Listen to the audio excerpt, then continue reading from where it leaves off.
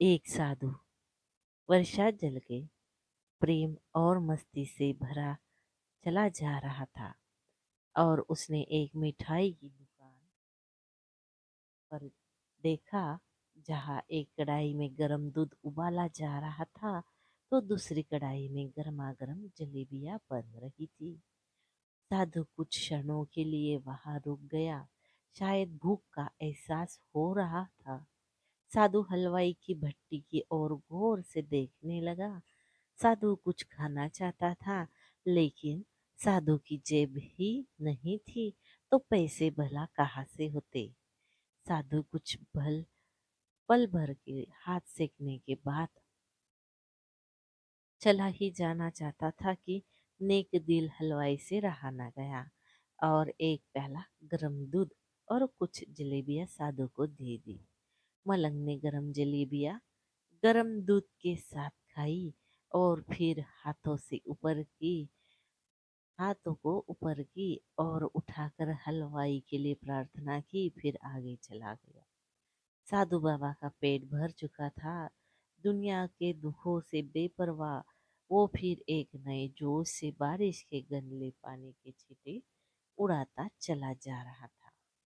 वह इस बात से बेखबर था कि एक युवा नवविवाहिता का जोड़ा वर्षा के जल से बचता बचाता उसके पीछे चला आ रहा है। एक बार इस मस्त साधु ने बारिश के गंदले पानी में जोर से लात मारी। पानी का कीचड़ भरा पानी उड़ता हुआ सीधा पीछे आने वाली युवती के कपड़ों में लग गया। उसके युवा पति से यह बर्दाश्त नहीं हुआ, इसलिए वह आस्तीन चढ़कर आगे बढ़ा और साधु के कपड़ों को पकड़कर खींचकर कहने लगा, अंधा है क्या? तुमको नजर नहीं आता? तेरी हरकत की वजह से मेरी पत्नी के कपड़े गीले हो गए और कीचड़ से भर गए हैं।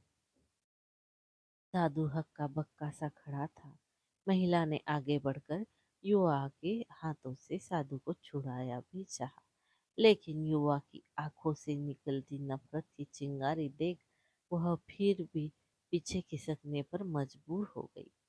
राह चलते राहगीर भी उदासीनता से यह सब देख रहे थे, लेकिन युवा के गुस्से को देखकर किसी में हिम्मत नहीं हुई कि उसे रोके।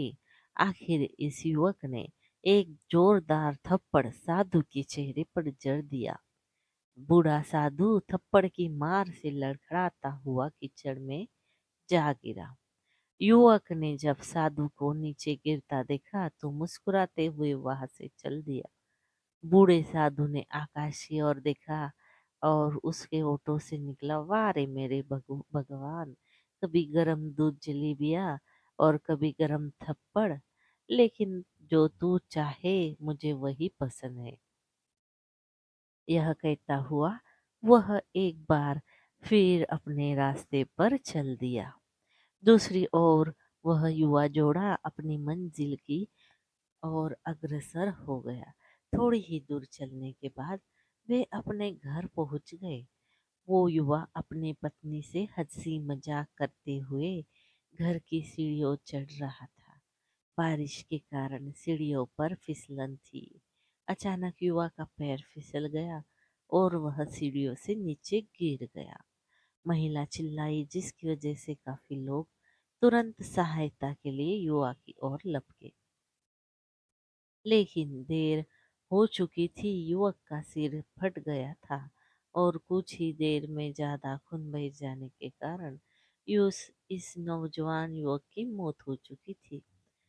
कुछ लोगों ने दूर से आते साधु बाबा को देखा तो आपस में कानाफूसी होने लगी कि निश्चित रूप से इस साधु बाबा ने थप्पड़ खाकर युवा को श्राप दिया है, अन्यथा ऐसे नौजवान युवक का केवल सीढ़ियों से गिरकर मर जाना बड़े अचंभे की बात लगती है।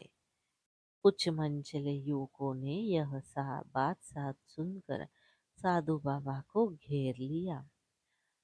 एक युवा कहने लगा कि आप कैसे भगवान हैं कि भक्त हैं जो केवल एक थप्पड़ के कारण युवा को श्राप दे बैठे। भगवान के भक्त में रोष और गुस्सा अर्किस नहीं होता।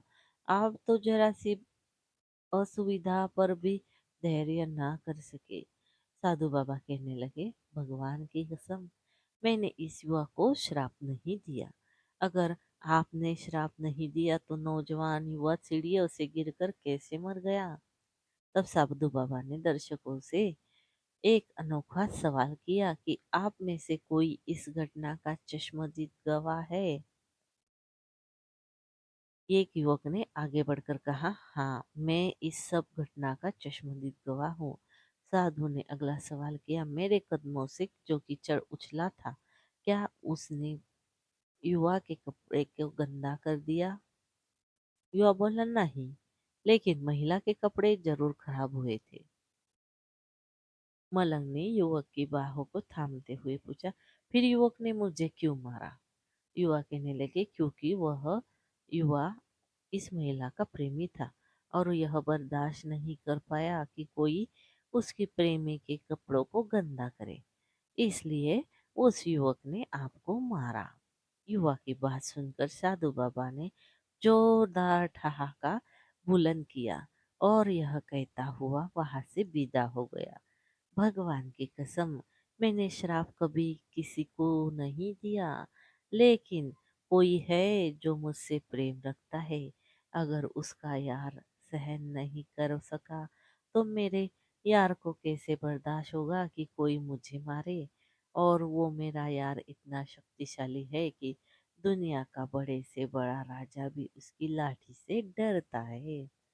उस परमात्मा की लाठी दिखती नहीं और आवाज भी नहीं करती, लेकिन पड़ती है तो बहुत दर्द देती है। हमारे कर्म ही हमें उसकी लाठी से बचाते हैं। बस कर्म अच्छे होने चाहिए, ना जाने कितनी अनकही बातें साथ ले जाएंगे।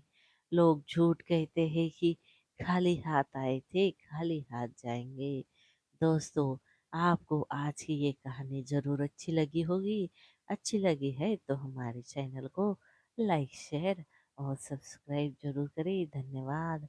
हर हर महादेव।